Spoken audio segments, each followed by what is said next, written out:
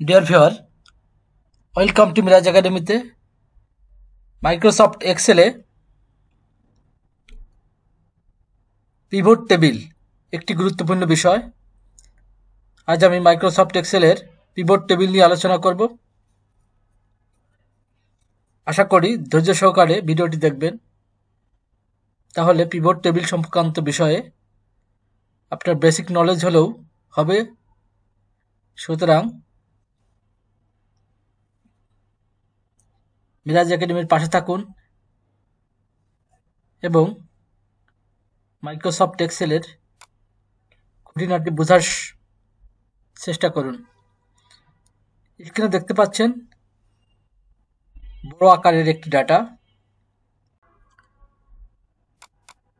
এই ডাটাকে পিভট টেবিলের মাধ্যমে ডাটা অ্যানালাইজিং করব।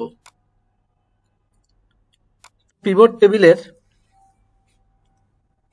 কাজ করতে হলে প্রথমেই ইনসার্ট মেনুতে যেতে হবে। ইনসার্ট মেনুতে যেয়ে এই পিভট টেবিলের মাধ্যমে কাজটি করব। এটি করতে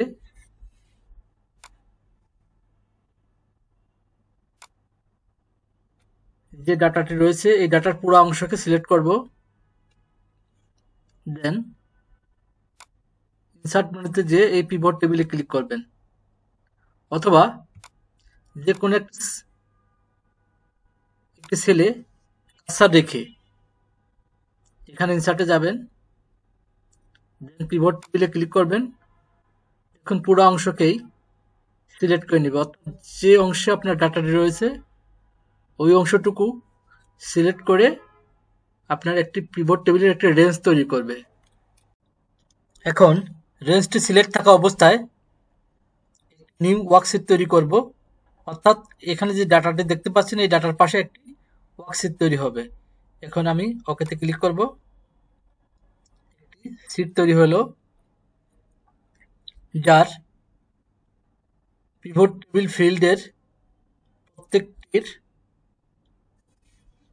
হেডলাইন এখানে এসে জমা হবে, অর্থাৎ ডেটা অংশের এই ফার্স্ট রোতে যেগুলোর হেডলাইন ছিল এখানে পিভট টেবিলের যে ফিল্ড রয়েছে এখানে এসে শো করবে। এখন এখানে যে হেডলাইনগুলো রয়েছে এটি টিকমার্ক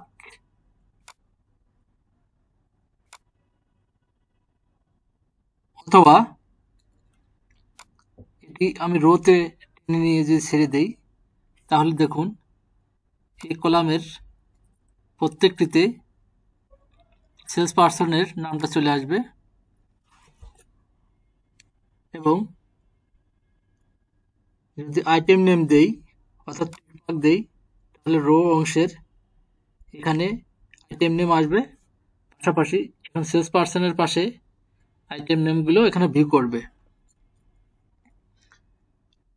যদি এটি আমি আপ ডাউন করি, অর্থাৎ আমি আইটেম নেম পূর্বে দেব এবং সেলস পার্সনটা পরে দিব, সেই ক্ষেত্রে এখানে যদি মুভ করি দেখুন আইটেম অনুযায়ী সেলস পার্সনের নামটা চলে আসবে এবং ডেজিগনেশন চাইলে ডেজিগনেশনটাও দিতে পারেন এবং সেলস কোয়ান্টিটি চাইলে সেলস কোয়ান্টিটি এখানে চলে আসবে, অর্থাৎ এখানে যে ভ্যালু অংশ রয়েছে অটোমেটিকভাবে ভ্যালু অংশে এই সংখ্যাগুলো রয়েছে অর্থাৎ ভ্যালু রয়েছে এই ভ্যালুগুলো অটোমেটিকভাবে চলে আসবে।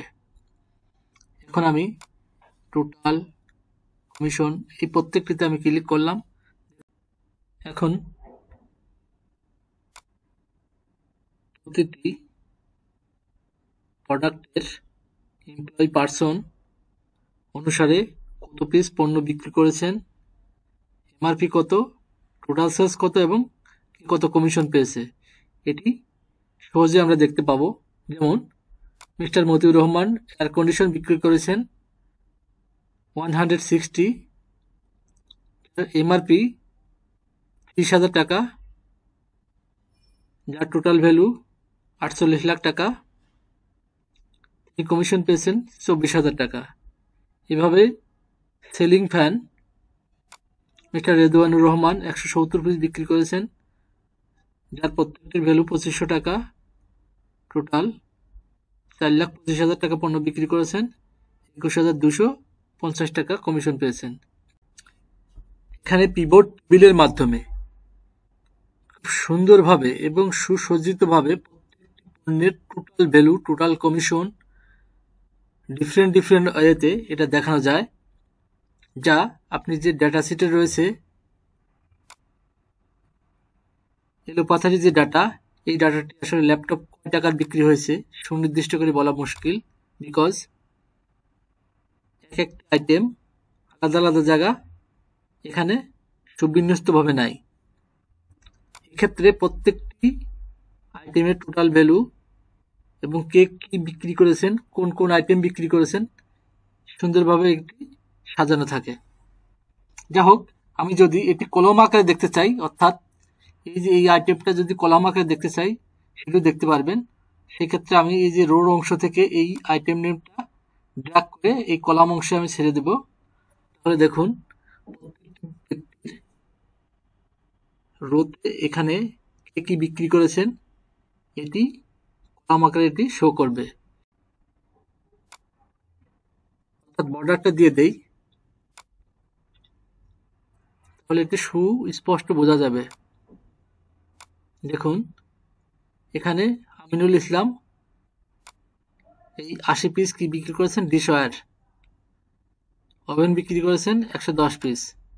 এভাবে কিন্তু প্রত্যেকটির আপনি দেখতে পারবেন। এখানে এই টোটাল কমিশন কে কত পেয়েছেন এটিও আপনি চাইলে পারে এখানে এই কলাম আকারে দেখতে পারবেন। হোক, বিস্তারিত আপনি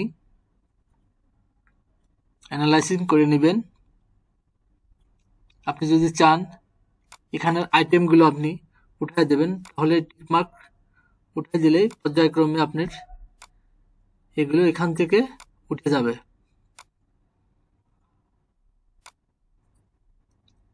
আবার যদি আপনি ফিল আপ করতে চান তাহলে এখানে সেলস পারসন, আইটেম নেম, তারপরে MRP, sales quantity, total commission, এভাবে পর্যায়ক্রমে আবার সাজাতে পারেন। অর্থাৎ আপনি আপনার ইচ্ছা অনুযায়ী মুহূর্তের ভিতর এই কাজগুলো করতে পারবেন। আশা করি পিভট টেবিলের ফাংশনগুলো মোটামুটি বুঝতে পেরেছেন। ভিডিওটি ভালো লাগলে অবশ্যই মিরাজ একাডেমির পাশে থাকবেন, লাইক, কমেন্ট, শেয়ার এবং সাবস্ক্রাইব করবেন। সবাইকে অসংখ্য ধন্যবাদ জানিয়ে বিদায় নিচ্ছি। আল্লাহ হাফেজ।